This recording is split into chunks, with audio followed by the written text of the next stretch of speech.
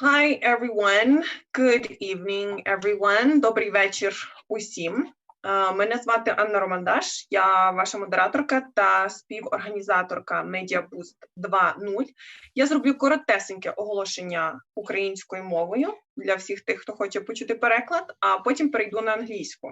Отже, на початку нагадую, що Media Boost 2.0 – це проект, який організовує Digital Communication Network разом із America House Kyiv за підтримки Посольства США в Україні. Це 20 вебінарів для журналістів, медійників та всіх причетних про все, що стосується журналістики в цифрову епоху.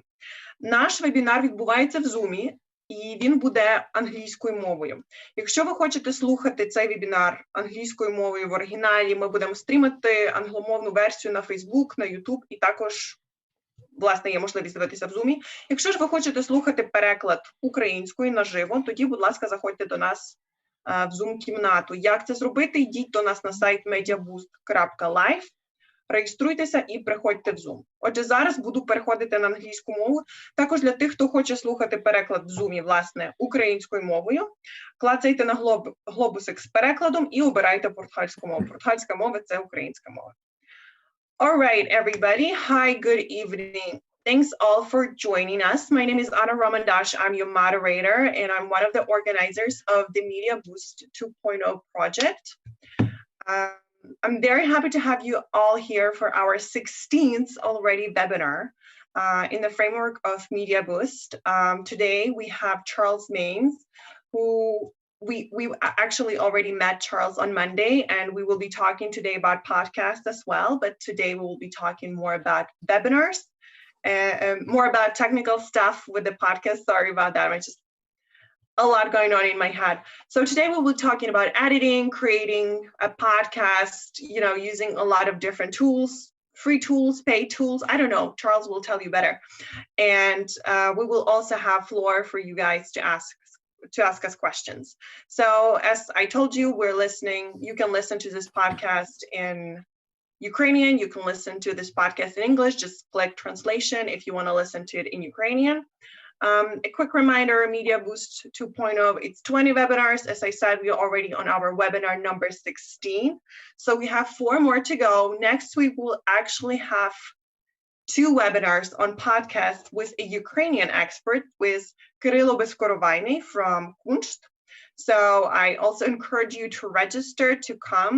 You can find all of the information about Media Boost on our website, mediaboost.live. There you will find resources, you will find videos from our previous webinars, and you will also find the schedule for our new webinars. You can register on this website and you will be getting our newsletters with all of the reminders, all of the goodies, all of the important stuff that you need to know about this webinar. I also get a lot of questions. Do we record those webinars? Can we get the recording? Yes, you can.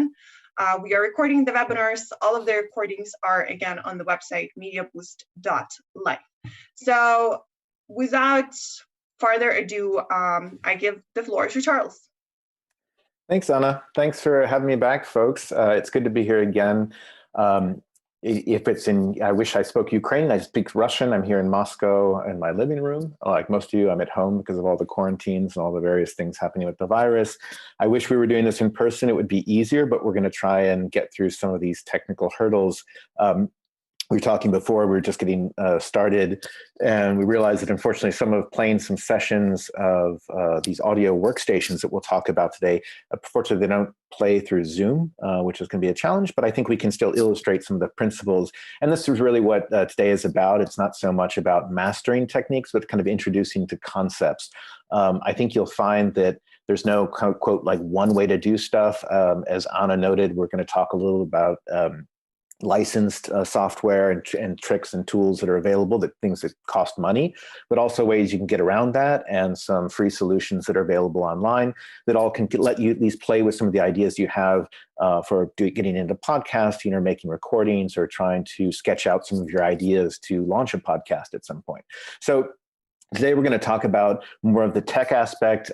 In Monday's session, For those of you who joined, we talked a little bit about different ways that different groups are using podcasting these days, whether it's in the media, people who traditionally didn't work with, say, radio or do radio, weren't working at radio stations, but were working at print newspapers or web outlets, or magazines are now suddenly doing podcasts. Also, people in think tanks and NGOs can, address certain issues that are of vital importance to them and promote them.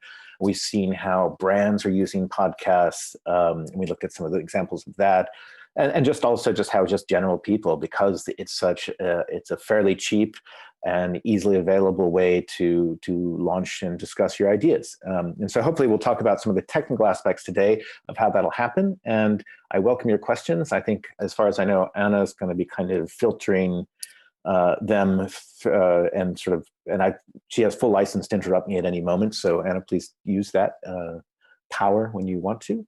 So let's get started. I just want to start off by talking and see if I can get this moving. Is this going to work? And I think we'll find out soon. No, it went to the very beginning. That's not what I was supposed to do. Okay, so give me 1 second. I believe we went from here. There we go. Okay, so let me get this playing. Cool. So again, we're going to talk sort of more of the technical aspects today. And, the first point to make is that, technology, it's changing all the time. There are always new tools coming out, but a lot of the ideas are really similar. I mean, we're still talking about some basic processes that were relevant, whether you had digital technology or not. And, and they're pretty obvious ones, frankly. So, it would be in our case, we're trying to record something, we're trying to mix it, we're trying to distribute it, and we're trying to get people to listen. And so we know that, in the recording industry for bands and musicians that we liked, whether it was jazz in the 1920s or today, people had studios. People were trying to make arrangements with the different sounds that they had. They would try and get someone to put them out and get people to listen. And so it's the same kind of idea with podcasting. We're trying to essentially using some of the tools that are available to us now. And the good news is that they're fairly cheap. Some of them are free. And so we'll look at some of these aspects. First, to get with recording, I want to say that there are a lot of options available. You can be a purist about this and talk about having the greatest sound in the world. And that's nice if you have that option, but you certainly don't have to do that. And so I want to start by looking at that. And pointing out to some of these portable recorders that are available. You've probably seen them with reporters out in the field, even people just taking notes from conferences or trying to keep track of, make their own personal recordings if they're field hobbyists. So this is an example where there are a lot of different brands out there. Zoom is one that's very popular. In fact, that's the one I have here. I don't know if you can see this, if we can switch screens for a second, but this is the Zoom H2N model, very small. So as you can see, it's about the size of my hand. It records very nice sounds, has a lot of different flexible ways of doing it. You can set the microphone to record going forward, going both ways, going surround sound, so 4 channels. And there are plenty of examples of this. Here's another one is Tascam. And this one, it has what they call XLR outs. So you plug essentially in, see if I've got a little bunch of toys next to me. But you essentially plug in a cable, like a mic cable, and then you would attach it to, a microphone. In this case, this is what they call pushka, or like a shotgun microphone. So we have all these different recorders that are available.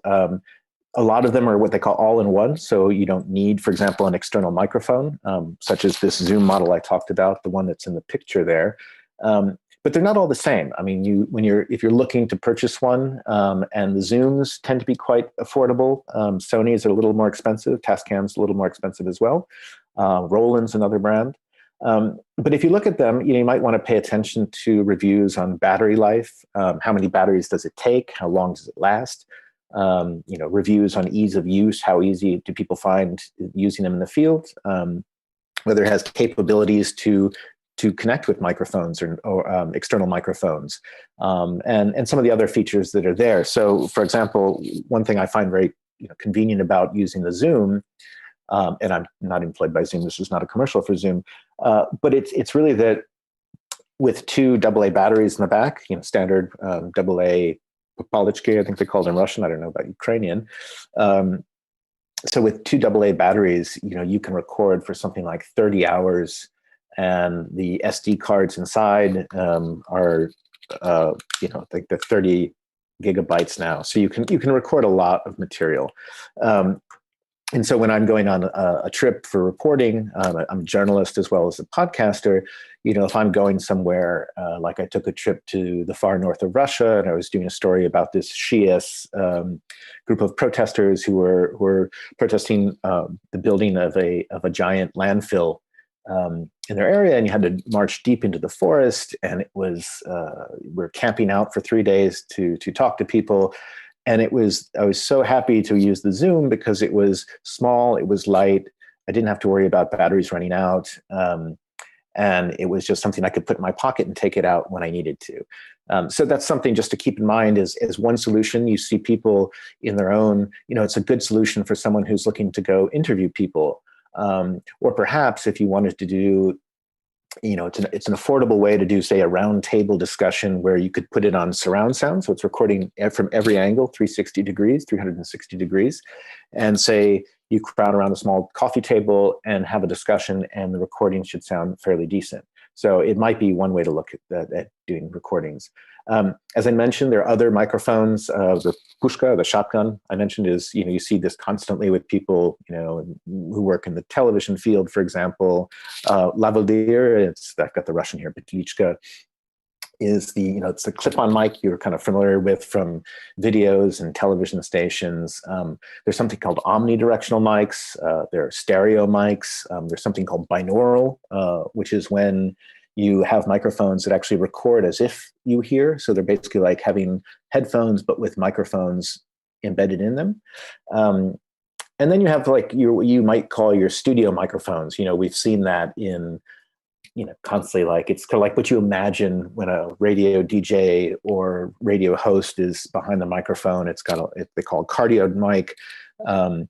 These days, when you're talking about sort of a home studio, usually these cardioid mics are going through an audio interface. This is an example of one where, it's a little, what they call желез, hardware.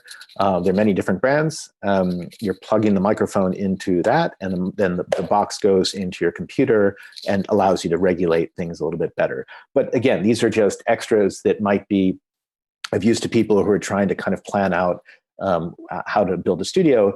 And there are other elements here we could talk about. For example, mixers. That's the classic mixing board where you have, 4, 8, or 16 channels. So those things but I think it's more important to, I guess I would stress, and certainly, although I have gear that I use, I find, ease of use is the most important thing for me. I don't necessarily buy the most expensive stuff. So again, the Zoom is, I think, I don't know, it costs about $120, maybe $140. And you'll see, I want to show you an example of how people can use, other affordable things. So we also have, of course, smartphones today, which everybody seems to have. And, it's an example where there are a lot of mobile recording apps that allow you maybe not to get quite as good a recording as you would with, say, a professional microphone or even a Zoom recorder. But you can get a pretty decent recording. You have to worry about other things, unfortunately. It might be you have to worry about, for example, batteries, your battery running out on your phone if it's an important interview. But there are a couple examples here where, certainly recording apps on an iPhone, for example, the voice memo, even the simple voice memo can be a really good way to capture sounds in a pinch. And I certainly do. From time to time. So, and then some of these other ones are just a few other examples, but, there's something you can, if you're interested, go and do a little research on them. But essentially the point is that they're allowing you to use your phone to record sounds. I think this iRig recorder, for example, let's see if I have this here. Did I grab it? Yeah. So that's an example where, in fact, they're finding ways to kind of hybrid the two. Where it has this XLR cable to allow you to plug in a professional microphone, but then it goes into your iPhone jack, and so it interfaces with your iPhone to create sort of a kind of professional recorder. So there's some ways, again, that can be very helpful. I do find that, probably like most of you, my phone is constantly low on batteries. So the idea of really relying on it to make an important recording wouldn't be my first choice, but it's a way to operate when you need to. I want to talk a little bit about audio files. Sometimes people get very confused by this. There's certainly many different ones, but the standard one we use for a lot of recordings for podcasts and for radio are what they call WAV files. So this .wav. You see that there are different settings. You can record in 16-bit, 24-bit, 48-bit, et cetera, et cetera. 16 and 24 is probably about as high as you need to go. In fact, most people in radio, which again, the quality tends to broadcast higher than with podcasts, 16-bit is usually just fine. They have sample rates that can get confusing for people.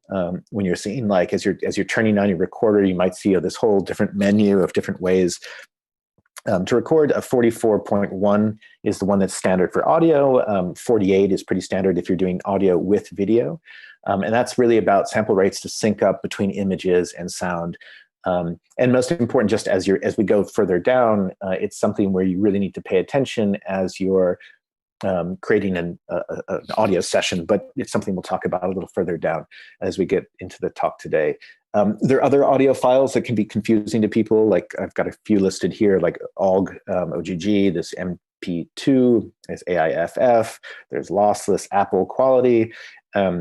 All these things are, again, you'll find occasionally that sometimes they don't work with, sometimes applications don't play friendly with formats of audio, just like we see sometimes with video. It's kind of a black art. But there are usually ways to get around that. It's not the end of the world. MP3, of course, we all know, but maybe we don't pay as much attention to the fact that there are different settings within the MP3. So there's kind of a higher quality and lower quality. If you need to record in MP3 format, which some people do if they're kind of low on space on an SD card or something like that, the higher you go, the better. You're just the general rule, frankly, is to record as high quality as possible. And then there's also this issue of stereo versus mono. It doesn't really matter in the end, because we're actually pulling in our audio to make kind of into what we call audio sessions, digital workstations. We're actually creating essentially we're creating like a collage of different sounds. So whether it's stereo or mono isn't essential. We can create that effect with mono even. But anyway, I would say, it's not something to worry about so much. Just most important thing, which we'll get to, is that when you record, you want to wear headphones, like this young woman is here in this picture. I just want to show, this is an example where a lot of people who work as independent radio producers in the US, for example, they may have software and nice recorders, but they're usually recording their own voice in some creative spaces. So a lot of people, for example, if they live in New York City and it's really loud, the quietest space they can find is to get a flashlight, put a blanket over their head and crawl into bed and read their text, so their narration for their stories. So again, it doesn't have to be anything fancy. We see these very sort of glorious, music recording studios, and you may think you need that, but you can, and it's a nice thing to have, but I don't think it's necessary. As we're using microphones, I like to describe it when you're recording sounds and trying to capture sounds. I like to think of it like a lot of people are very visual in the way they think about things. So they understand the concept of photography or videography, where, we might have a close-up, we might have like a mid shot, and a wide shot, a shot from far away. And in some ways, when you're recording audio, if I'm out in the field, trying to capture an event and trying to capture the elements that I can use later when I'm mixing, I try and use that same approach. Some things, if I'm doing an interview, I want to be close. I want to have, the microphone might be, maybe 3-4 inches away from the person's face. If I'm trying to capture kind of action, it's sort of a mid shot, so let's say it's It might be, well, as a reporter, for example, we go to demonstrations or rallies or protests, and so you might want to get some people chanting. But I also want to try and get that kind of wide shot. So it might be trying to get that sense of what the atmosphere was of the place. So it might be sirens from police and the crowds chanting and the general sort of scramble of what's happening there. And all these elements gives me things I can play with that I can use when I'm putting together a story. And it's the same approach for podcasts. So again, this idea of sound in some ways, of course, we're using our ears, but sometimes it's helpful to think of it visually. I'm trying to get, again, that from close up, when it's an interview, if it's an action or something's happening, and then the general atmosphere, what they call natural sound. But it's important when you do so, and this is really, really, I want to emphasize this, headphones really, really help you. They're your eyes. So if we're thinking about this visually, headphones allow you to understand what you're actually capturing. Otherwise, you're really, really blind. You're really, or deaf, frankly. So what it does is it allows you not only to understand what you're capturing, but also find out if there's some really, really bad problem, like maybe the mic cord isn't connected, or maybe you have it on pause as you think you're recording a really important interview. So it's a really essential thing. If you have the opportunity, I would recommend getting what they call closed ear headphones. These are ones that go over your ear because they allow you to really isolate sound and understand what's happening. Earbuds, like what I'm wearing right now as I talk to you, are okay for music, but not as helpful when you're trying to understand capturing sounds.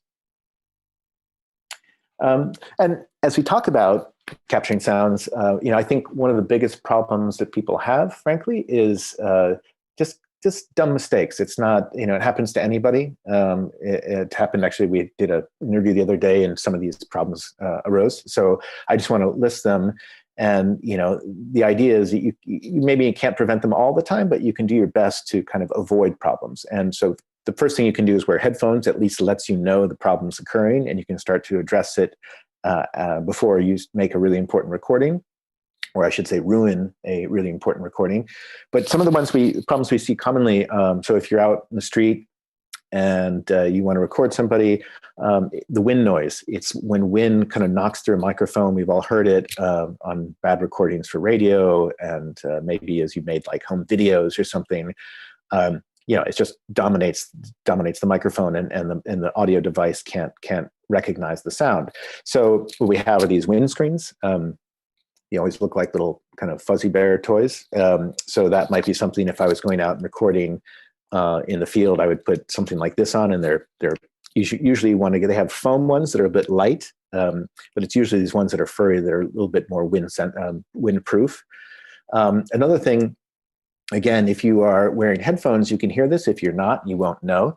And it's particularly important with these portable devices. It's called handling noise. So if I was kind of fidgeting with this as I'm talking to someone, that can pick up in the microphone. It ruins the recording. So what I'm trying to do is get comfortable holding the device, and then keep it really still, and place the microphone where I need it to be. But again, if I'm monitoring the sound as I'm listening on headphones, I know when I'm messing up, and that's really helpful.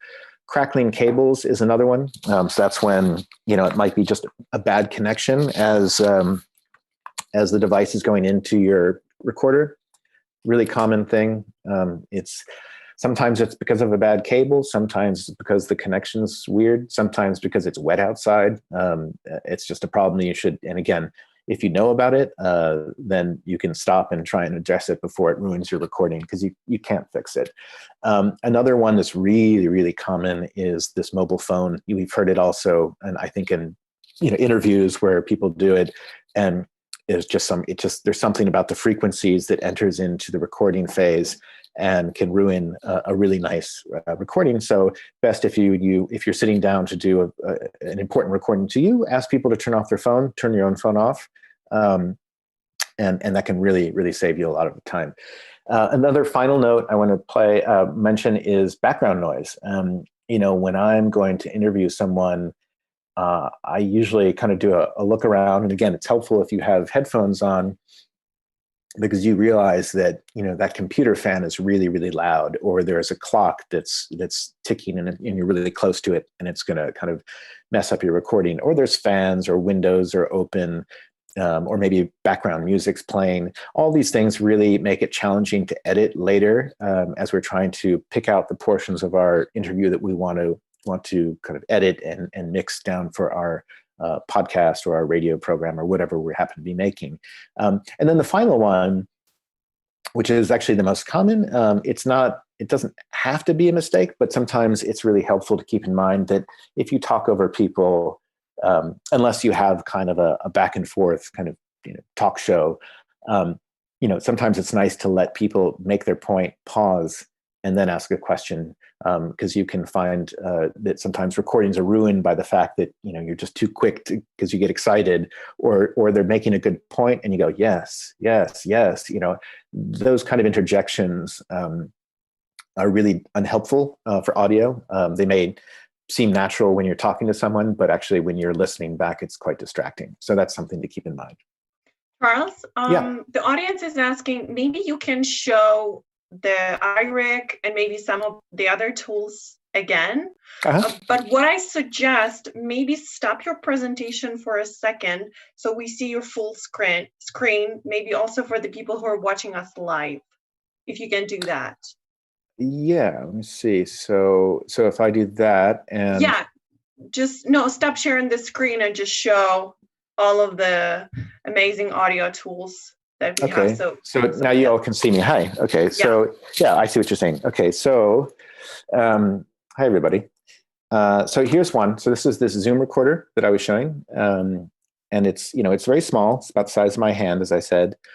It doesn't have a way for me, for example, to connect a microphone to here. It's got microphones inside it. And so this is one I like if I'm just working in the field. So when I went on this trip up north, I just took this, this thing to stop the wind, and headphones. You can plug headphones into it. And that's really all I needed to make a full report, which is kind of remarkable if you think about it. If you talk about some of these programs, like, this iRig is a simple device. They sell it at a lot of computer stores now, but it's, I'll see if I can hold this up. It's called the iRig. Maybe do like that. And it's, again, what it has is this, if you can see this XLR cable. So it allows you to plug it into, they have ones for the new iPhones, which what is it called? Thunder, whatever that connector is. That's really irritating to everybody. And then you have also the old ones, which have the RCA cable, the standard jack for headphones. And so what it allows you to do is use your iPhone and interface it with a professional microphone. In this case, for example, I could record, put this to a microphone and combine these two together and then actually plug that into my iPhone. And as I was saying, I think it's the quality is really good. The only problem is that as you probably have all noticed in your own lives, we're constantly out of batteries with our smartphones. So if I was doing something where it was really important, I don't know if I would trust that to be my main source of interviewing people. But then there are all these different programs that are available now, and I think I listed off a couple of them. But obviously, even just the memo on your, say, iPhone, I'm sure Android has something similar, allows you to make quick recordings on the spot that can be very useful. And I've done that many times. Did I show anything? I think I also showed, some of the hardware. There's sometimes when you have a kind of a home studio setup, people will have, like that kind of a cardioid mic, what you think of as being that kind of radio style mic. But it doesn't have to be.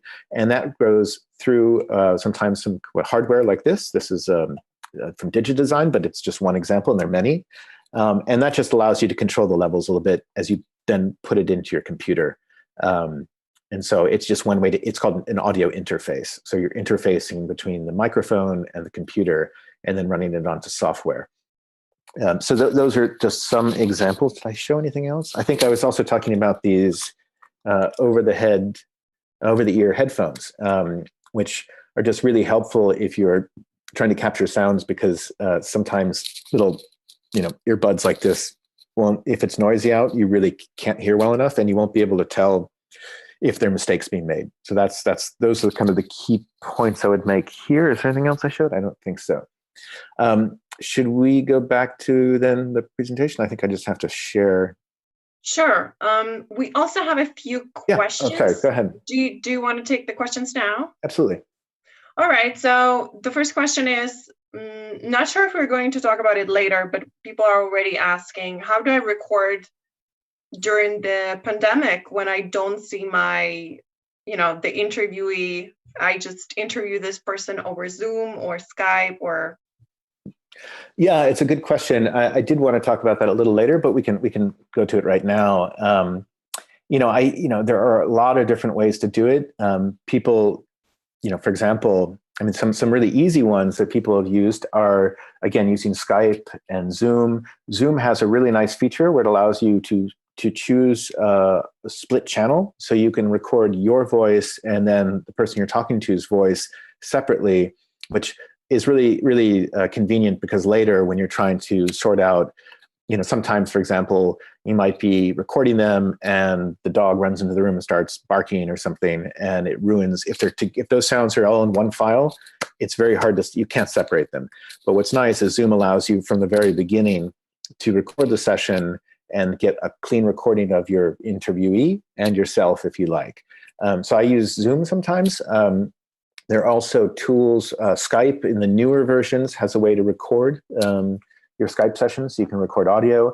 There are plugins such as Call Recorder is one that I use. And by the way, I want to point out that when Anna and I were talking about, I think we're going to give a list of some of these links later, because it's a lot of different ideas I'll be throwing at you. That'd be perfect. I think people will love that. Yeah, and so Call Recorder, I believe, it may cost $40, $25, something like that, but it's a lifetime, guarantee, I guess. And so you can, and I use that sometimes. There are also challenges sometimes strangely enough, it's sometimes very hard, as we saw with this Zoom session, as we were trying to get ready, for some reason we can't play from our digital audio workstations that we wanted to show. It won't allow the audio to play through the Zoom session. And so you have these kind of weird things you run into when you're working with computers. But another tool that I use is something called Wiretap. It's a little program that allows you to record all the sounds that are coming through your computer.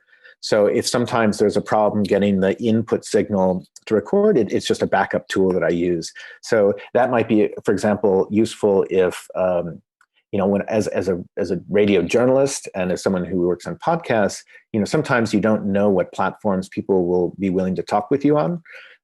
It's nice if they have, if they're friends of yours and they're willing to take the time and effort to download Skype, for example. People seem to hate Skype, and I agree with them. People get really frustrated and they're just like, no, I don't want to talk to you on Skype, because they don't want it. So, but they may be, for example, have a Facebook account. And so you can't record audio on Facebook, but I can use this Wiretap program to record a conversation with somebody on Facebook. And so, or Telegram is another example. That's very popular now with people who are interested in, of course, security. And so I'll talk to people, for example, from the Russian opposition on Telegram, and I'll use this Wiretap program to record them. And that's, and frankly, since the pandemic began in, what was it, April, March, when things started to shut down, 99% of the work I do is probably using those tools. And that's stuff that I'm doing for broadcast or for podcast. And again, it's not perfect. I mean, does it sound as good as when you sit with somebody in a room and have a nice microphone or a Zoom recorder like this? No, but it's passable. Other options people have tried to work out, which is tricky. You can sometimes coach people to record themselves on their iPhone and ask them to turn on the recording. It's not a bad choice, but the problem is you have to then coach them for getting the audio off the iPhone onto the internet to send it to you and make sure that no mistakes are made. So it's hard to, it might be a nice way to have a possibility for a backup. might be something to explore. But I've read countless examples of people saying, oh, I finally found a really simple way for someone to record themselves on an iPhone while you interview them. And, it seems really hard to me. I don't know. You don't have any control. There's just no way to control what's happening. So, they can do a great job or they could really screw it up and you're out of luck.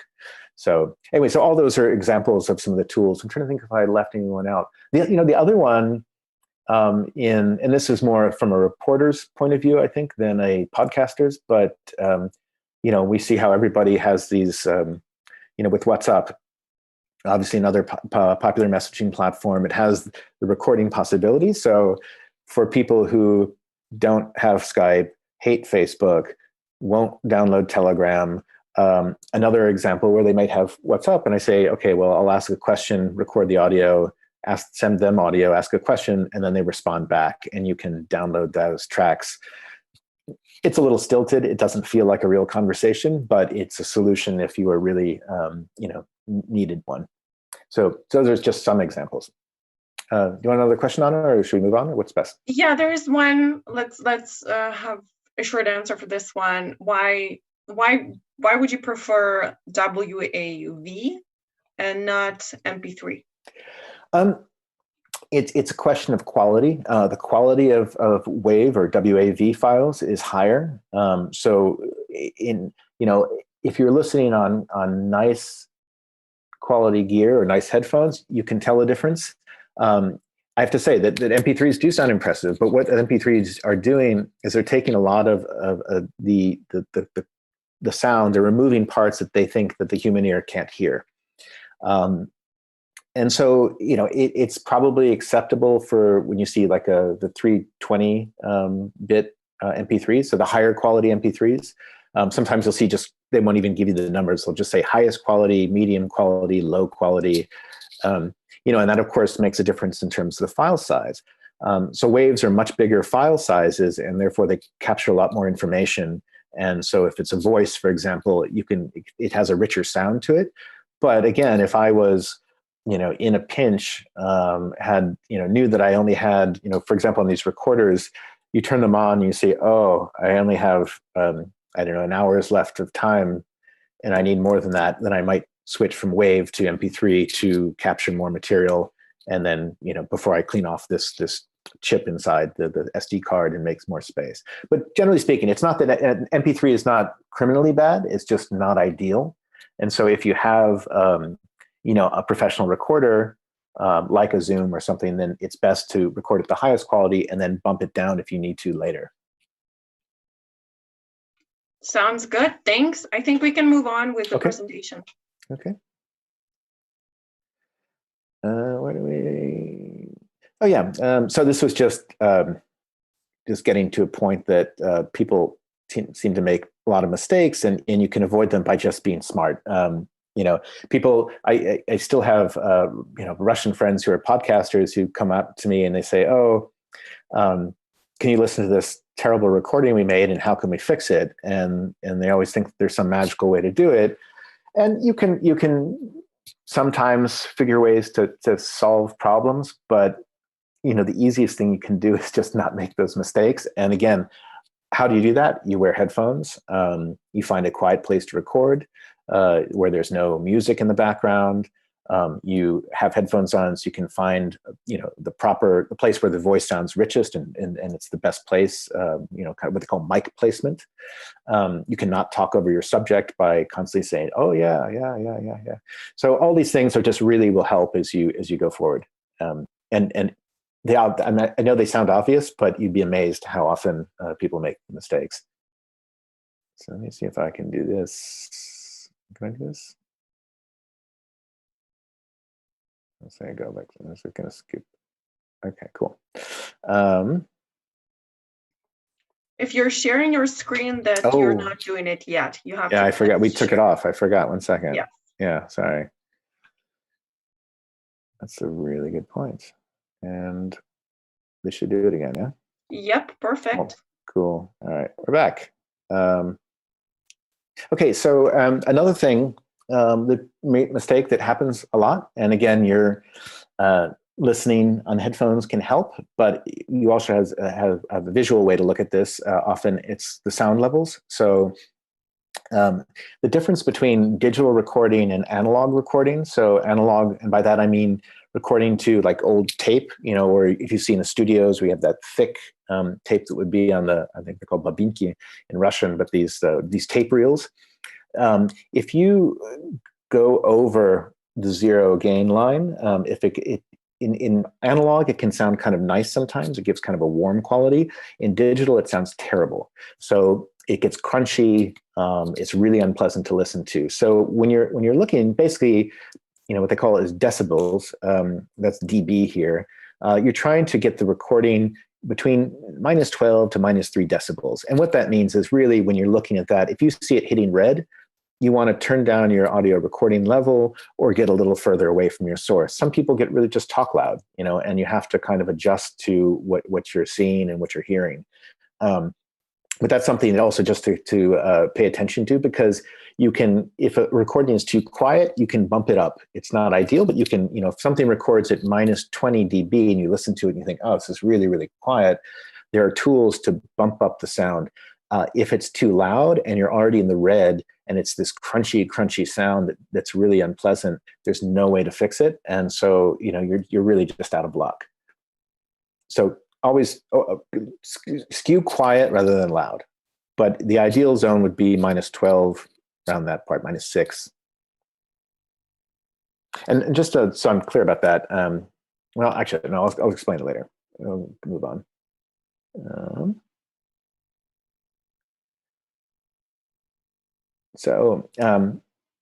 This is kind of repeating a little bit of what I said before, but just to emphasize it again, other things that are really helpful, probably in order of importance here, I think, would be, headphones are really, you really need them. Windscreens, if you're really going to be recording outside, a good quality windscreen, that fuzzy thing I was showing you before, is really important.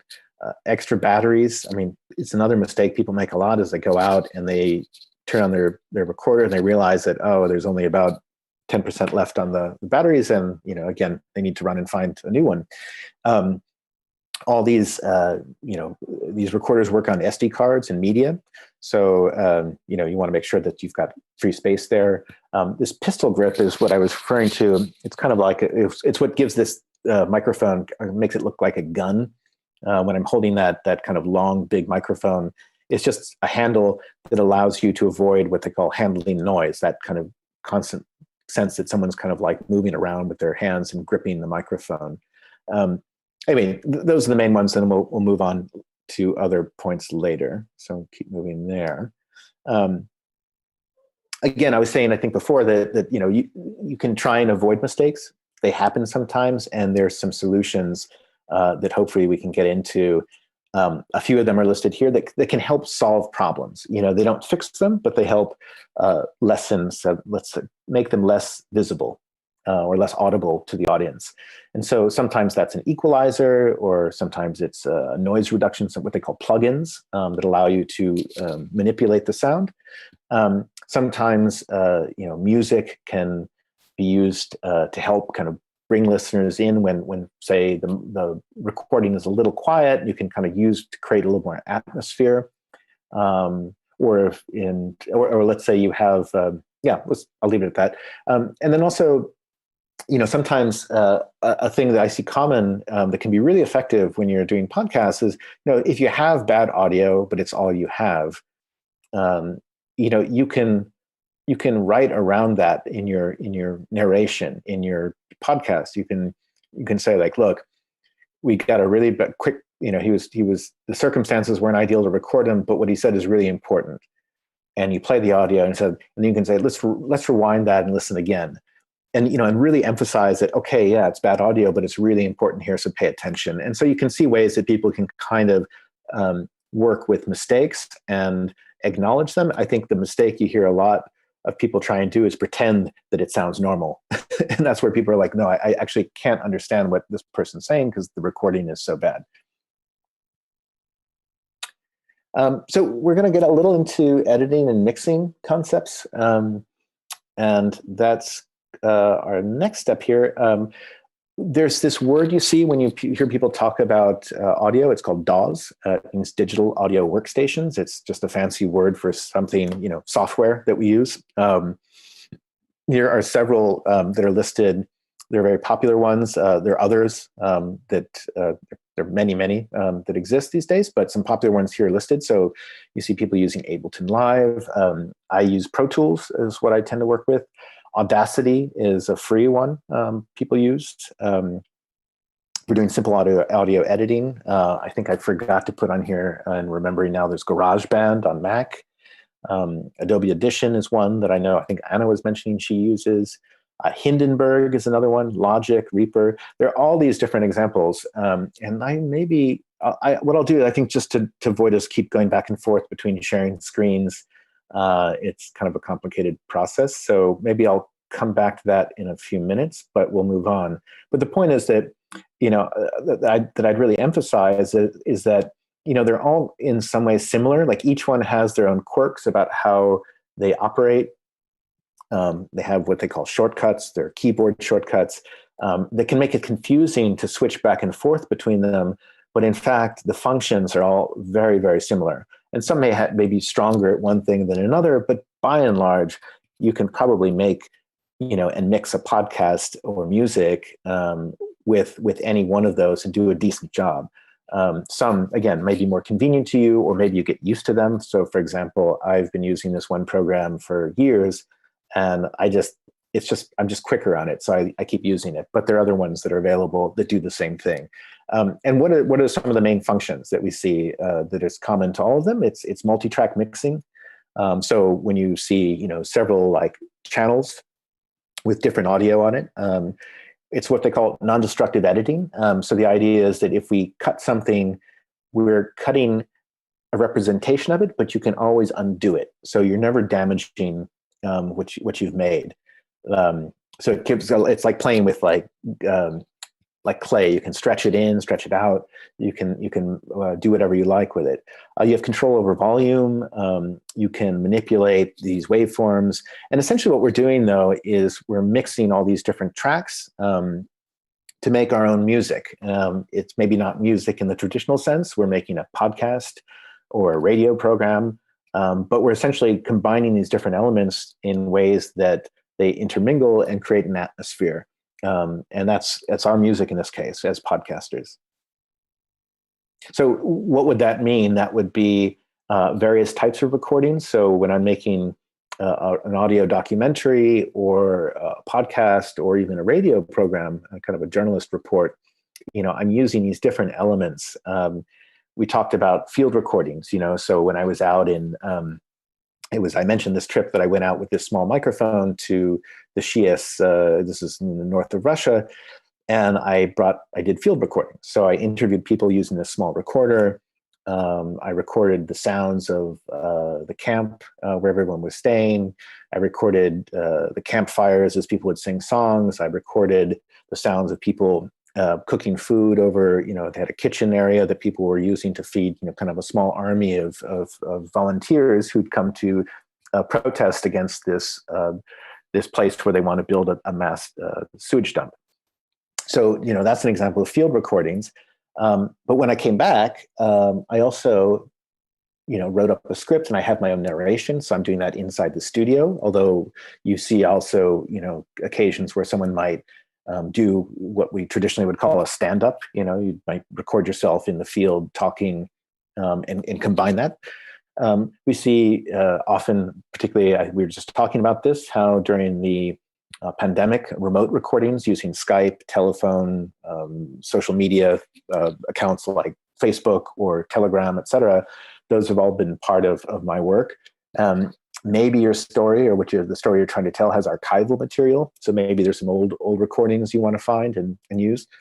Music, which we'll get to. And I know there were some questions about that on Monday. We'll talk about how you want to approach using music, where you can find music you can use, and how to best work with it. We might look at sound effects, particularly as you're doing a show. You might want to use sound effects to kind of create breaks. It's kind of a common thing that people do. And it particularly, I just added this imagined audio spaces. That's sometimes when people might be doing audio drama. And we see podcasts where people are doing essentially theater for the ears. And in that case, you may be combining all these things with actors and with real sounds and imagined sounds, and trying to create essentially this world for your ears. And then I had this one at the last one on this list here is room tone. This is something that is really important and is often forgotten. It's when you're recording an interview with someone, it's really helpful to have record separately just the sound of the room. And you might think that if you're in a quiet space that it sounds like nothing, but that's not true. There's always a little bit of a tone to a room. And when we're actually putting these sounds together, it's really helpful to be able to edit when you have the sound of the room to mix with your interview. It's the difference between creating something where, if it just cuts out into nothing, it sounds like nothing. And it's a chance to create a space and put your interviewee and yourself inside a kind of an audio space, even if it sounds almost silent. In fact, it's not.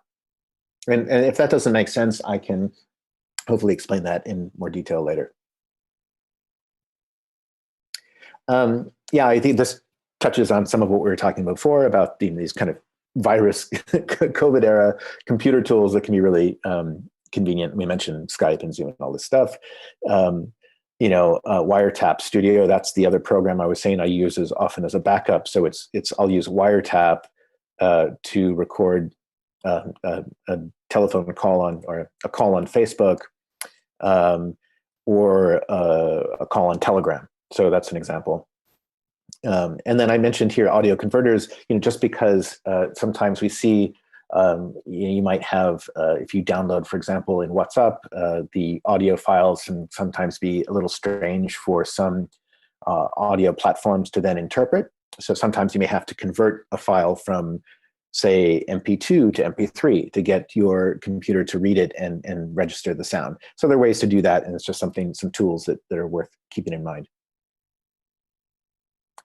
And this gets to your question from one of the audience here about recording the highest quality possible. So, we can mix when we put sounds online for a podcast. Usually it's an MP3, but ideally what we've done is created the best quality sounding mix and gathered the best quality sounds with our interviews, and then mixed it down into a WAV file, and then reduced that WAV file into something small that the internet can handle and stream on a phone.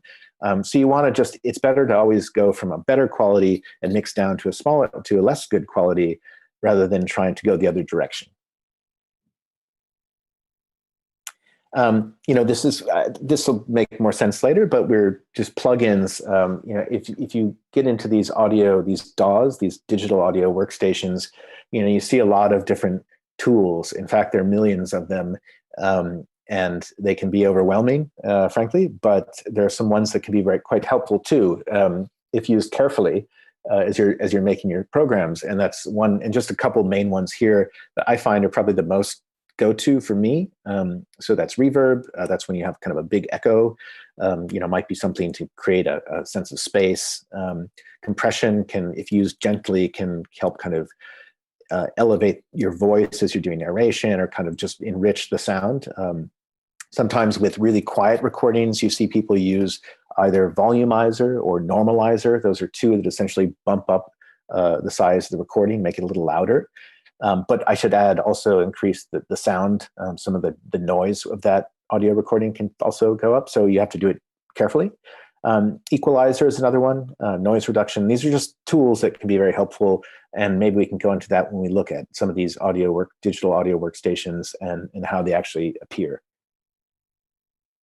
So let me just, all right, I think I am now going to stop the share and go to, see if I can do this. I wanted to show you, unfortunately, as I mentioned, these were unable to actually play sound through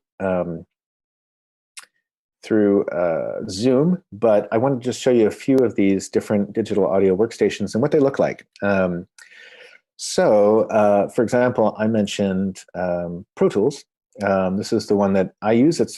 Not that I recommend it to people necessarily. It's a little more expensive than it should be, I think. But for a while, it was considered the industry standard. I don't think that's true anymore. In fact, I know it's not.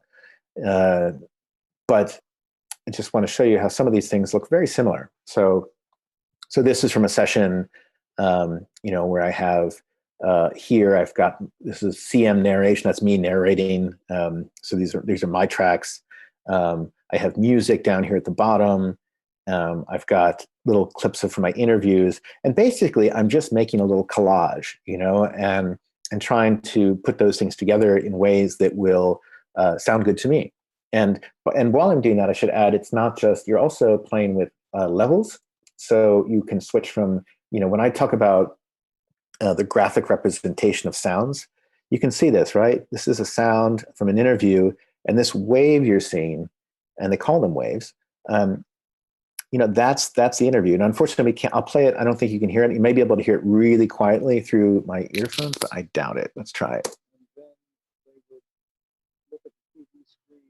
So anyway, I don't think you can hear that well. It's very quiet. Yeah, so I won't linger on it. But the point is, what you're seeing is a graphic representation of the sound. Like that is what we're seeing is this Adam Hochschild, the interviewee, the guy talking. And we can cut those clips as we like. So when we talk about non-destructive audio, what I mean by that is we can go like this. We can move things in. We can move them back out. We can do whatever we want. We also have, I'll make this a little bigger so a little more apparent. We can also play with volume. So for example, again, we won't be able to hear it, but we can draw it. This would make his voice would start up here, be loud, and then it would suddenly go down. So that might be not, might use that less for an interview, but it can be really helpful when we're playing with music. So, you take your music track and you can, make it quieter as your interview speaks, and bring it back up. And so you're just creating like a little collage between, depending on what kind of program you want to do, between maybe it's your narration, you're the storyteller, you're talking to somebody, you've got music, you've got some sound effects, and you're just creating your own kind of little mix that you like. I just want to show you some of these other programs that I mentioned. Another one is Hindenburg. So this is one, it's kind of designed to be a bit easier than Pro Tools. So for example, they take care of some of these decisions for you. Like right away, just the default setting as you open this up, you can see speak, interview, ambience, music, right? So they're almost, basically, they're almost planning for you to be a podcaster who says, okay, here, I'm going to put myself here at the top talking. I'm going to bring my interview here, the ambience here. So this might be like, the sound of the street, cars going by, and then music. And then you can kind of paste these things together and play with the volumes and create your own mix, your own little audio pictures. Another one, which is, as Anna noted before we got started, she said it looks scary, and she's right. It's called Reaper. But the thing is, it's so Hindenburg, I think the license on that is, I can't remember exactly, but I want to say it's under $100 or around $100. Pro Tools is more expensive. It's something around $400. So again, I don't necessarily recommend that. But Reaper, for those who are interested in trying to learn more about it, is a kind of an what do they call it, an honesty program. It's free. Well, it's paid, but what it allows you to do, let's see if I can do this. Here's a perfect example. So I downloaded Reaper. The demo version is complete. There's no limitations to it. And every time you open it up, it just says, would you like to buy it? And you say, actually, I'm still evaluating that. So let's do that. And so Reaper. And so again, here's Reaper. It's got way more buttons on here. It's a little confusing, but it's a really powerful tool if you take the time to learn it. But what I'd stress though is that here, if I add another track, let's see, insert new track. How do I do this? Can I go between those? So if I go like this. But basically, the point I want to make is that all these things are kind of the same. I mean, you can, if I want to import audio to this one, and I have to learn the different shortcuts because these are all different. So it gets a little confusing for me. But this is Hindenburg, and this is an interview I did the other day. And again, it's just a wave representation of a 15-minute conversation. So it's a graphic representation of a 15-minute interview I had with a guy. Normally, if I was just working to do a podcast, I can cut it. You can cut portions of it. So I think it's the B is the function on this one. No, S. Anyway, all these the point is that they all have different ways of editing, but they all do the same thing. They're just different command functions that allow you to do it. And the one that I'm most capable on is, again, this Pro Tools, which allows me to do what I like to do. But I think if you spend enough time on any one of them, you can get pretty proficient pretty quickly. And again, there are many others that there's Logic, there's Adobe Audition is popular with a lot of people, and several others. Another free one I'll mention since we're here is, let's see, can I do this? Let's go. Audacity is this another free program. And might be a nice one to break it. It can be a little clumsy to play with, but might be nice just to get used to playing with audio. So this is Audacity, and it's free, unless you try and get to it from Russia, apparently. I am human. There we go. Anyway, you guys get the point.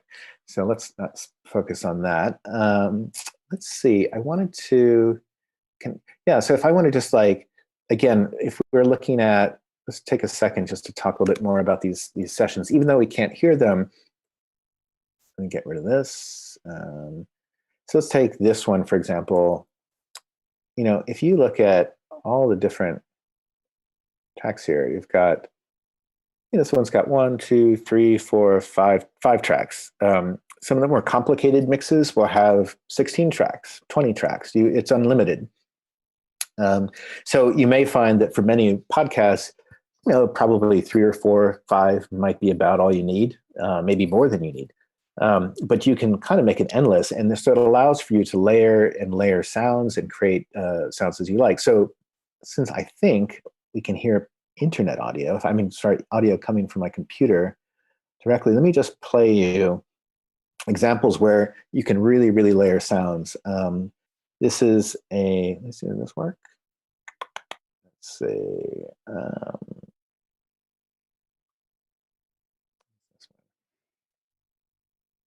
Okay. So this is an example where you hear these sounds just layered. There's, I don't know, might have been 20 tracks, something like this. And this is a story. It's just, I'll just play a little clip. Listen more for the sound than maybe the context, unless you speak English. But this is about a filmmaker. It was a profile of a filmmaker named Alan Berliner, who has this kind of mania. He collects everything, and his life is like a museum. So everything that every scrap of paper, every memory he has, he kind of stores, and he uses this in his films. And so he's got a very obsessive kind of personality. And I was trying to create that sense of obsession. And so this is I'll just play just a little bit of this, and you can get a sense of what I mean, hopefully. Well, my name is Alan Berliner, and I live in New York City when I'm not traveling around visiting places. Names. Yeah, names. How to describe myself? I learned a long time ago that I was someone who liked to put things together. Good luck to you. I have what my uncle describes as the saving gene, which he says I inherited from his father, my grandfather. Why there are wars, why there's fighting, why there's arguing. My grandfather, when I was a little kid, traveled a lot for his job, and he used to bring me the stamps from the correspondence that they used to get every day. And so every week he'd give me this manila envelope that would have the stamps ripped off from the corner of the envelope. And they'd be from all over the world. These incredible colors and iconography and world leaders and flowers. And I used to then take the pieces of the envelopes and immerse them in water. Stamps would come unglued from the paper. I had envelopes by country, and I would dry the stamps out, look at them and sort them, and I'm remembering them, and I'm labeling them, and I'm describing them, and I'm cataloging them, categorizing I wanted to, how I was my own little world, sort them every week. I wanted more, and I was labeling them, cataloging them. We do now. It's the same thing. Everything is there because it might be needed one day. Okay, so, and that's just, like a small example, but there are all these layers of sound in there. So it's really it's one interview to begin with, and then there are layers from his film, there's music, there are effects in there, and there's a moment towards the end where you can hear like the interview he's overlapping on himself. And that's because all these little bits of audio, I've pasted them very close to one another. So they're kind of creating this mania. So that's just one example though, where you can really, it's not just it's not always just, my voice, my interview's voice back and forth. You can do a lot of layering and get creative with it, which is a lot of fun. Takes a lot of time, but it's really fun to do. Let me see. Are we still on the share? Which one are we? I need to go back. We see the wallpaper, your wallpaper. Gotcha. Okay, so let's, since we're here, why don't we go? So if I go, see if I can get this, stop the screen share.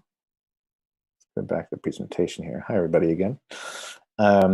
Let's go back to, here, share screen, and let's do this one again. No, let's do this one.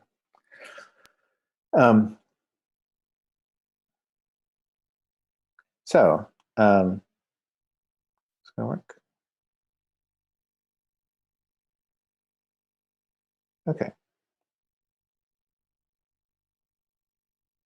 Okay, yeah, so let's talk a little bit about music. I know there's some questions from Monday. And let's just start by saying just some kind of general rules as people are working with music.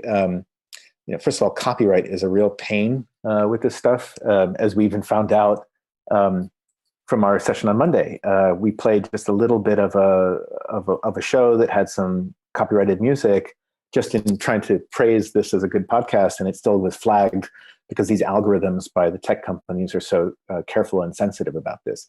So anyway, as we're working on podcasts, I think there's some things to keep in mind as you're trying to think about working with music. You're trying to, of course, mesh it with the concept of your podcast. So, you might think about what kind of sounds or what music would be representational of what you want to do, but maybe you can also play against stereotype, so maybe, you can think of like a tech podcast having very techno style music. Maybe you go the other direction. I don't know.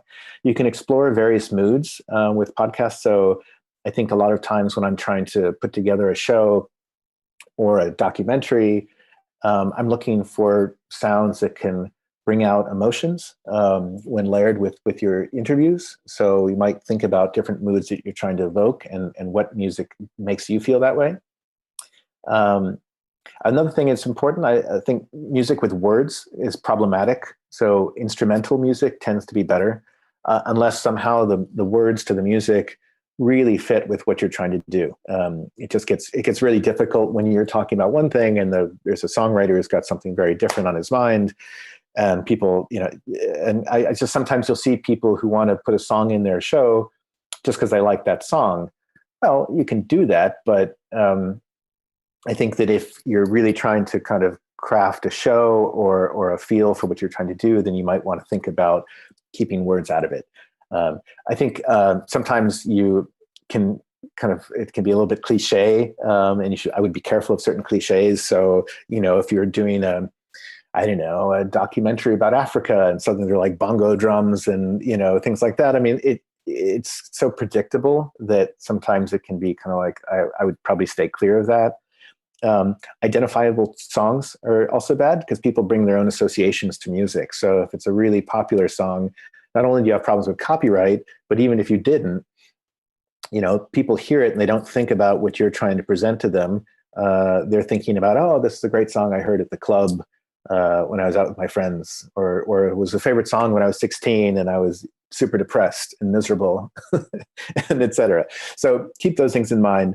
I wanted to talk about some of the music resources that are available, and I'll go into specifics in a second, but just generally speaking, you have, assuming again, most music is copyrighted, so you want to think about solutions that get you out of that problem.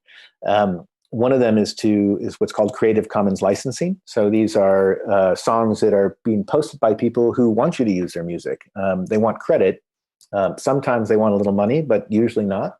So you'll see, it'll what's called fair licensing. So you will use it and you just give a credit at the end of your show, and that's they're enjoying the promotion of being part of your show. And there are certain platforms that give you access to Creative Commons licensed music. They're basically collections of Creative Commons music. I think as much as that can be very helpful, it's certainly not the only solution. I think a lot of people tend to work through friends. I mean, if I was making a podcast today, and this is what I did with our last podcast we made, I reached out to friends who are musicians, I had people that made songs. Either I used songs that they had made, or had them commissioned work for them to do. So I had them create stuff that fit the mood that I was looking for. But you also see a lot of people working with, when I say indie musicians, I mean like in independent musicians who are not famous. They might be local bands who would be more than happy to share their music on your podcast, just for a little bit of promotion.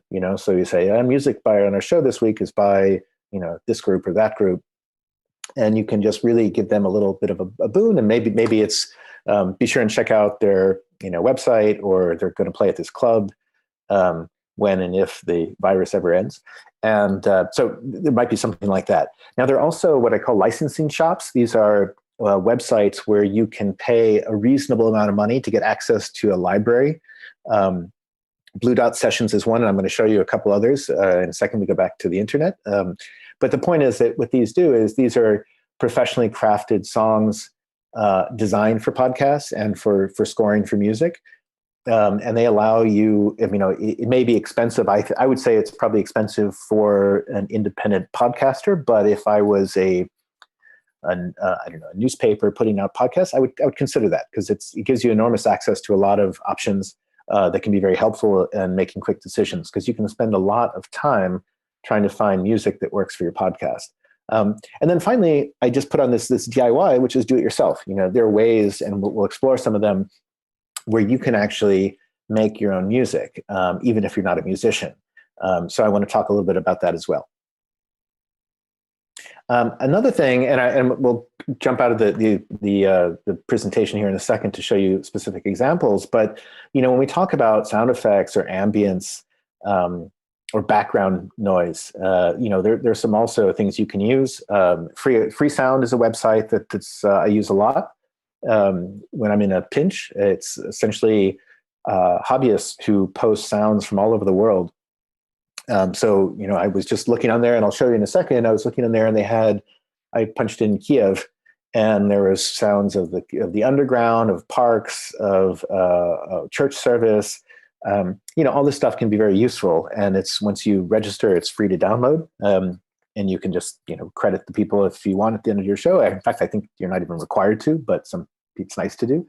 Another thing, the BBC has a huge sound effects archive that can be useful not for, say, documentaries, but maybe you could have fun with it. So they might have like the sound of horses galloping around a horse track, like from a horse race, and you could use this as kind of a goofy, silly way to kind of make transitions. So it's up to you to as creative as you want to be. YouTube is another one. Of course, a lot of people post a lot of material on YouTube. So sometimes you can grab sounds from there, and there are plugins you can put onto your say Chrome or any of the browsers that you use that allow you to download directly from YouTube. Or again, maybe if it was having problems, you could also use something like a wiretap program to just record the sounds on your computer and work with that. And then, of course, you can also record your own. So if you have, say, this Zoom recorder or your phone, you can record sounds, whether it's the sound of a door creaking, and use these kind of sound effects into your program. And these are all things that are absolutely fair game to do. So let me pop out of the presentation for a second, and Anna, you'll have to remind me if I'm still on. What do I have to do to get back to? Let me get this figured out. I want to. Here we go. Okay, so if I stop share, and I go back and I screen share the entire desktop. There we go. So let me do this. I wanted to show you all a few. See if I can do this, I think. Okay, so just a couple things here. You can all see that, right? Anna, just give me a nod. Yep. Yeah, okay, yep, cool. We could see. Okay, yeah, great. So here, when I talk about these license shops, these are companies that have created, they've looked at the podcast medium and they said they see a business opportunity. So rather than, you hear these horror stories about how you want to use someone's music and they say, oh, I want, $20,000 for you to use my song. We don't have the $20,000. We're not going to do that. But some of these shops will allow you to license collections. So Epidemic Sound, they have, where they have personal, so you get a personal account, and they've got, essentially it's tons of music designed for people to use if they want to make podcasts or videos and avoid licensing problems. Blue Dot Sessions is a really popular one, and I think I can play you some clips on this one if I'm not mistaken. Let's try this.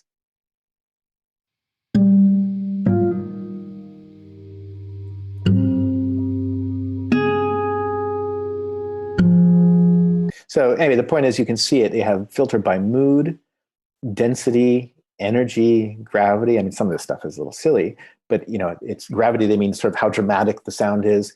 And so if you were, I don't know if I would do this if I was just making my own podcast on my own, if I would pay all the money for it. But I have friends who are making podcasts here who just found it easier to register with Blue Dot and get access to this enormous library of really highly good quality music they can use to illustrate their podcast and not have to worry about constantly finding sounds. Free Sound is this website I mentioned. So here, this is what it looks like. So you can, it's got a search engine. So I think I went to Kyiv. And here you have just like, I think the one I liked was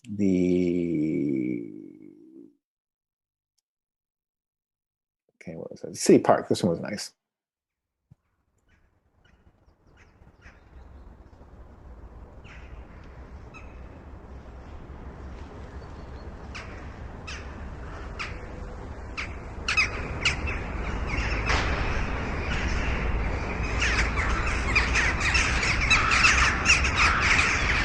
So I don't know how many are in Kyiv right now, and if you can hear those same birds and crows making sounds, singing. But anyway, that's an example. And they have, of course, like, the as I mentioned, there's train doors.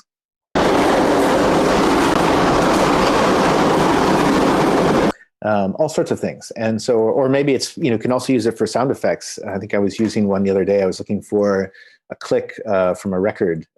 So a vinyl click, they have things like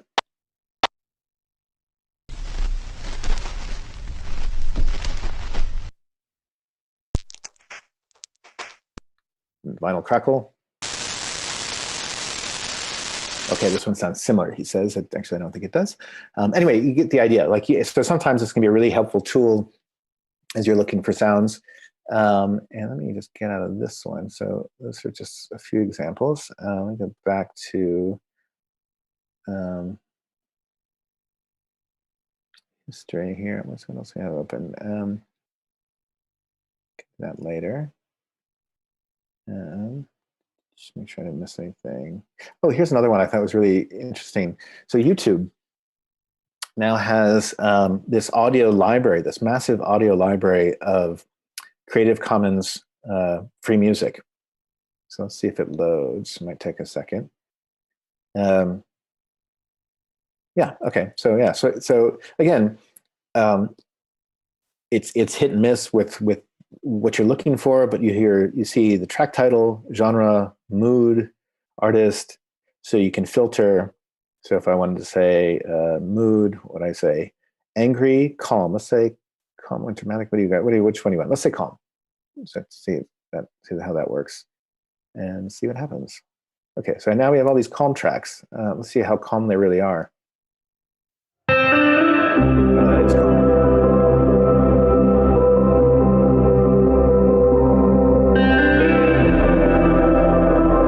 So, and you can see the download here at the end. And then also sound effects. Let's see what they have. I don't know what they have for here. Okay, so kids playing. Yeah, so it's kind of like free sound. So we'll see what it sounds like. Yeah, so like legit field recordings from people. Anyway, that might be a good tool. If you're looking for sounds and free music, it might be something to consider. What else did I have? Did I mention something else? I think we're going to talk about, in a second, I want to talk about some of these. So here we go. Boom, boom, boom. Yeah, so I wanted to talk a little bit about generative music. Now, I mentioned this idea of essentially, not being a musician, but still making sounds and how that might work. There are all sorts of programs, particularly for the smartphones and for iPads, that would allow you to create sounds. And so I have them on my phone. I'm trying to think, maybe I can pull up just a couple examples here with, let's see if I can do this. Brian Eno Bloom. I don't know how many of you know the musician Brian Eno, but he was a producer. Well, he does sort of experimental soundscapes and worked with David Bowie in the 70s and is quite famous among certain circles. And he's also always been kind of on the cutting edge of musical concepts. And so he had this idea of generative music, this idea that music that kind of made itself. And so he created a program called Bloom. And I don't know if I can. Okay, well, anyway, this gives you an idea of what it looks like. I can maybe play just a little bit of it. But the idea is it's a touch interface. So, I don't know, it may cost $7 or something, but you basically, by touching your phone, you create notes. And I can play a little bit in my headset here just to see if this gives you a sense of how this works. Although you won't be able to see it, but it's okay. So here you go. So I'm going to turn my phone up. Here, I get it out.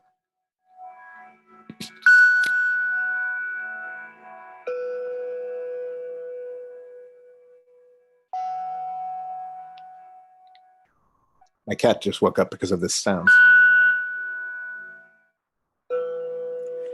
So it's really, it's very meditative, of course.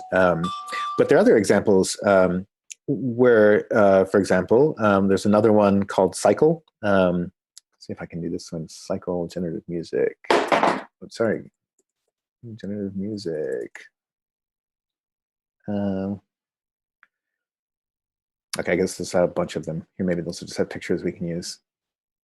Or is that not going to work? I don't know. But so Cycle has... a lot of them are.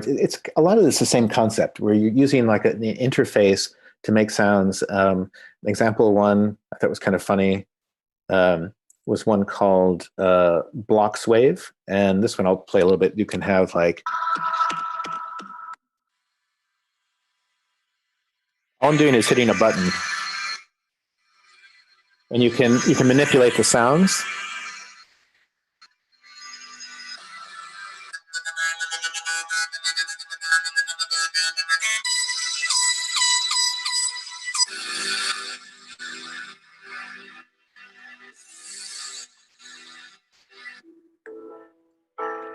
And some of them, okay, you might hear some and think that I'll never use that, but some are kind of hypnotic and might be interesting to play with. Charles, So I suggest we speed up a little bit. Okay. All right. Give me 1 second to stop that noise. Anyway, so there are a bunch of examples, and I've listed some here, but let's move on. Where, again, you can make your own sounds. And let's go next to, so this. And then we're coming actually to the end here, so it's fine. The other thing I really wanted to mention was, because podcasting has become so popular, you now have the advent of what are called all-in-one kits. They try and simplify everything so you can create your own podcast without having any equipment at all. You just need a computer and the internet. I don't know if I would say that these are most, ideal for trying to do a really complicated podcast, but there are some really interesting ideas out there. And so I want to show you a few of them. See if this loads up. Gonna work. So this one, let's see.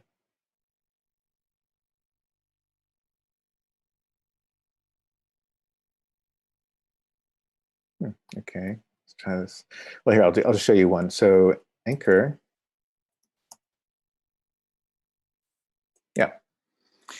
There are several of them, and I've listed them, but let's look at this one's actually free. Most of them are trying to make money. So they want you to subscribe, and then they offer you some options. But this one, for example, I just signed up for this, and I'm kind of learning my way through it. But what it allows you to do is create, you can upload a picture, creates an icon for you to use. Say you want to create a new episode. You can record audio right from your browser. So let's see if it works. I don't know if it'll work with our thing. Let's see if let's try this. So I say, hello, this is a podcast about podcasting in Ukraine.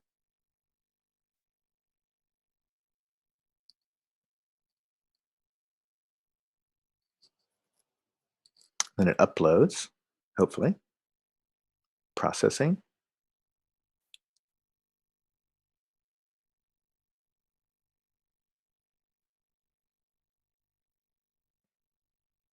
Oh, there we go. Hello, this is a podcast about podcasting in Ukraine. So there we go. Now you have the library. Oh, excuse me. Then you have transitions. And let's say you like this one. So let's go. We start with this one. Where's that? The library messages. Okay. Okay, so let's add this one. Then we have our transition. Add this. And then we save episode. So it's a really short podcast we're making today. We can call it episode one, Ukraine.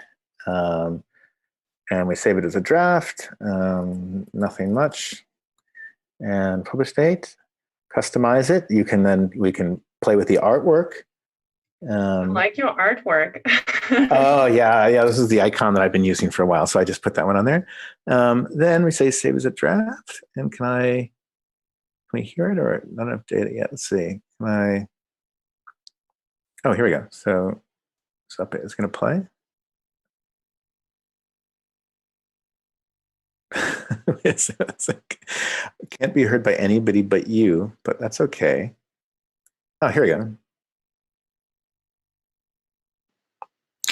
Hello, this is a podcast about podcasting in Ukraine. Pretty exciting, huh? So anyway, I don't think it's necessarily like the greatest solution if you were trying to create a show, but it might be a fun way to sketch out some ideas. Or if you get really good at it, maybe it would work for you. I saw that it has also features for example, also having people add voice messages. So this might be a nice way to work with interactive stuff. I should note this was bought up by Spotify, just to give you a sense of how much interest there is in these technologies. And Spotify also is behind this other one, which I was noting in this, this other one called Soundtrap for Storytellers is another example. They bought that one as well. That's theirs. Alutu is another one very similar to Anchor, except that they want money. So I don't think it's necessarily worth it. Anyway, so maybe I'll pause there, and if people want to ask questions, we can move on. There are actually quite a lot of questions. So maybe if you want to sum up, if you have some final slides, I suggest you do them now, and then we'll just have the questions in the very end. Sure. So, just to kind of finish up here, I just was thinking about, workflow, because, when I'm trying to make something, let's see, is that going to work? Yeah. Okay. So when I'm just thinking about, the workflow, first of all, you have an idea, of course, and I know you've all come with your ideas or interest in the possibility of doing a podcast. And so you might think about, the kind of recordings you're going to make. So I think with the pandemic right now, I think we're kind of limited in that sense, but normally you might say, am I going to need to go out in the field and talk to people? Am I going to invite them into our office to talk with us around a table? Is it going to be just, journalists talking amongst themselves? I mean, it could be anything. But just think about some of the way you want to approach your podcast and some of the resources you'll need. And with that comes these questions about gear. What programs do you need? Maybe you don't need to go out to the field, but you just need a nice studio setup with a decent microphone, a computer, and a quiet space, and you can invite people in for conversations about whatever issue is interest to you, or tell the stories you want to tell. You might think about some of the music that might fit with what you're doing, who map out in your own head, who are friends who might be able to contribute to that. So I was talking about a podcast we did last year called Space Bridge, which is about the 80s. And so what I did is I reached out to friends who are really interested in old kind of synthesizers, and they created kind of fun synth music for me that we used in a lot of the podcast to give that kind of sense of the 80s. That was kind of a part of what we wanted to do. Going ahead, oops. Nope, that's not what I wanted. Go the other way. And then I think, when I get these, when I actually do interviews, and this is maybe coming more as kind of someone from the audio documentary world, I try and look for the best moments, usually the moments that I find entertaining, that either make me laugh or they're sad. A lot of the best audio tends to be wrapped in emotion of some kind. When we're actually cleaning up our interviews, and this is something I'd hoped we could do, but unfortunately without sound on these audio editing workstations, it's very difficult.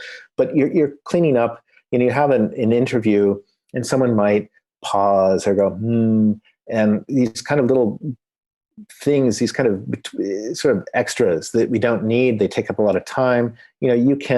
You can clean a lot of that stuff up by editing audio very easily in ways that you can't do with video. So I would just add that when we do that, it's not like, I think a lot of FM radio in particular tends to try and cram as much information in as quickly as possible. Podcasting tends to have a more natural sound. So you're trying to make cuts in the audio to make things sound natural. And that includes letting people breathe. So, if someone takes a big breath, you leave that in, then they pick up. So there's an approach to cleaning up tape and editing up your interviews to make things sound good. And so I'll spend quite a bit of time cleaning up the interviews to particularly of the moments that really, speak to me. And then I think we're coming to the end here. Yeah, and when I'm sort of finally, I've got my recordings, I listen to the bits I like, I transcribe them, I put together a script, and once I'm ready, I can start dumping things into these audio workstations, these digital audio workstations, and start playing with ideas. Sometimes the ideas in advance what you're looking to do, but you can also look at these things at these digital audio platforms as ways to experiment. You can play around with ideas. And also, it's a nice way to audition music. You have your interview, you have your voice, and you might just import several different tracks of music that you think might fit for it, and actually listen to how it sounds. And if it makes you feel like it's capturing the ideas and sounds that you're hoping it will. And then I start to play with the mix. It's can take a long time on more complicated ones. On simpler ones, it's not so hard. But these things are all really just creating these kind of audio pictures that now we call podcasts or radio programs or radio documentaries. And it's a fun way to spend an afternoon. And I wish we could do more in terms of trying to think if there's, maybe if we get to the questions, but, I think if there's a way, maybe we can figure out a way to at least visually show you how some of these cuts are done to clean up interviews. Maybe that would be helpful, but let me pause for that and take questions, then we can see where we are. Great. Thank you, Charles. We actually don't have a lot of time for questions. Sorry. I would just get you like a very general one. So the audience is asking, what is like a lethal mistake, or mistakes that young, unexperienced podcasters do in the beginning? So maybe you already mentioned it, but maybe you can repeat it again and be like, hey guys, don't do this, and don't do this, and then you'll be fine. Okay, let me just get here. Yeah, I would say, and the simplest thing you can do, wear headphones. Just when you're recording, if you're actually listening to what you're recording, you can avoid a lot of mistakes. That's a really simple one. If you are recording people in the field, again, you're listening with headphones. It allows you to find the best distance for the microphone. It can depend on how loud the person is. You can also set the audio levels on these things. So it has like a little dial here. So, usually something about 7 is good. And as you're listening, you're just trying to make sure you're getting like the best quality recording that you can. And I just think like the more you're listening, the more you're gonna find out, oh my God, this refrigerator is buzzing in the background, or something else is going on that's going to ruin this recording. So that's the simplest thing you can do. I can't think what other ones. I think also another kind of simple rule, but it probably applies to everything in life. It's better if you test things out before you go. If you're trying to get this really important interview with someone or talk to someone it's a really important recording for you, it's best not to do it with something with equipment you haven't tried before. So it's best to kind of demo out, make sure you understand how things turn on, off, just make sure everything's working before you go out, because it's really frustrating when you get someplace and of course your gear doesn't work or there's problems that you didn't anticipate. It happens, but the more you can check stuff in advance, that's a really easy one that can really help. Thanks. Another question we got, and to me, that sounds really something that worries me as well. How do you use, natural sounds? A lot of people who do podcasts are kind of obsessed with having this really clean sound. So if something falls down when you're speaking or there's some noise, they just want to clean it. But sometimes it's good, to have those noises. So what is the technical suggestion here, but also, just aesthetically, what's best? Yeah, I think we were talking on Monday a little bit about how, it's nice to have like a quiet studio. That's ideal. If you have a quiet room in your house or your apartment, or if it's your office space where you can record, again, pillows, soft furniture avoiding a big echoey room can help a lot. But I think in some ways, recordings where people are wandering in and out can be really kind of fun too. It's just, it's a different feel to it, of course, but it can be very funny. And, like right now, if I turn I was telling Anna about this cat. We have this cat, Gosha, here, and she's been quiet the whole time, but I kind of wondered if she wasn't going to sort of pop into the screen and, and start bothering us and making noise. So, I think there's a certain charm to that, and I wouldn't necessarily disavow it.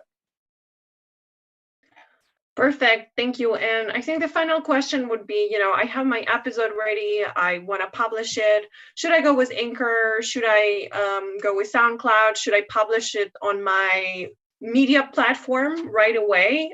Or should I do it both? Yeah, you see people looking across all platforms. So some of the big ones you mentioned, SoundCloud, iTunes library is kind of like the Library of Congress now for podcasts. It seems to have everything. So I think the more platforms that you can put yourself on, it's better. If 10 years ago, it seemed like iTunes was the only game in town for where you could find podcasts. Now there's several places. Spotify is a huge player now. And they've invested a ton of money into podcasting, and they're only going to grow. And as you saw with some of these platforms, for example, the Storyteller platform that and this other one we were demoing, those allow you to sync yourself right into the Spotify catalog. So all these things can let you essentially get your work out there and make it easier to post them up. Okay, I think your cat agrees. Oh, she did too. Yeah, gosh, I made a sound. Thank you, Charles. Thanks a lot for your webinar. It was extremely useful. You promised during the webinar that you're going to give me the list of all of the useful tools. So, I'm just reminding you, so you send me those and the people are listening. So this is on record. Perfect. Thanks a lot for this webinar. For those of you who are super interested in podcasts, everybody watching us, we have good news because actually next week we're continuing with podcasts. So we're not going away with this topic. We're just going to be covering different tools, different elements, different aspects of this. So we'll be talking about storytelling and we will be talking about monetization. So basically, once you have all of these amazing tools that Charles mentioned, once you tried recording, once you played with the sounds and you have the finished podcast, what do you do with it? How do you make money out of it? And how are you able to continue, creating podcasts one after another? So it's not just a one-time thing. So register for our next webinars. We will have a Ukrainian podcaster, Kirill Bezkoroviny. You can register through our website, mediaboost.live. All of the schedule is there. So just register, subscribe, and we'll see you on Monday and Wednesday next week. With Charles, we'll get a lot of resources from him because he promised. Yes. We will also get everybody, all of you guys who have registered through our website and also everybody who registered to Zoom. You will also get the recording of this webinar so you can watch it whenever you want, just to kind of, relive all of these moments. If you don't remember the names of some of the programs, they will be there in the recording. So and if I could just add for a second, I think what I'll do is give a list of some of the links to some platforms I mentioned today, as well as external links that might just be helpful for additional information, good resources for podcasts and about recording and making podcasts. And also just, it's been kind of fascinating over the last, several years, certainly in the US. You've seen these production houses. These are essentially production houses that make podcasts they've become a real part of the podcast economy. So they maybe make their own shows and they monetize them through advertising, but they also do sponsored content. So they work with brands and companies to make stories and really high quality stories for audio. So you're seeing this whole manufactured environment now around audio and storytelling, and certainly, and I'm starting to see it in Russia as well. So it's really fascinating to see it kind of take off here in Moscow. So I wouldn't be surprised if this is just around the corner for people. And I think it's also just, I would emphasize that, as much as we're talking about how to make things on your own, one of the joys of podcasting is actually working with other people. So, if you work with friends who are musicians or people who know how to make sounds, if you don't know how to work with sound, it can make your life a lot easier because you can focus on the storytelling or the content while someone can help you make the mix.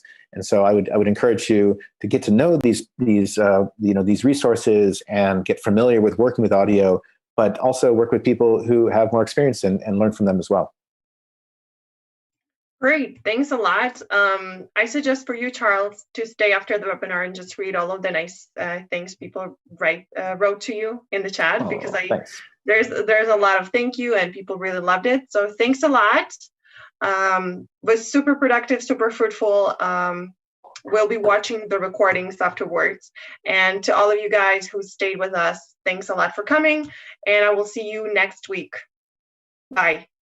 Bye all. Take care.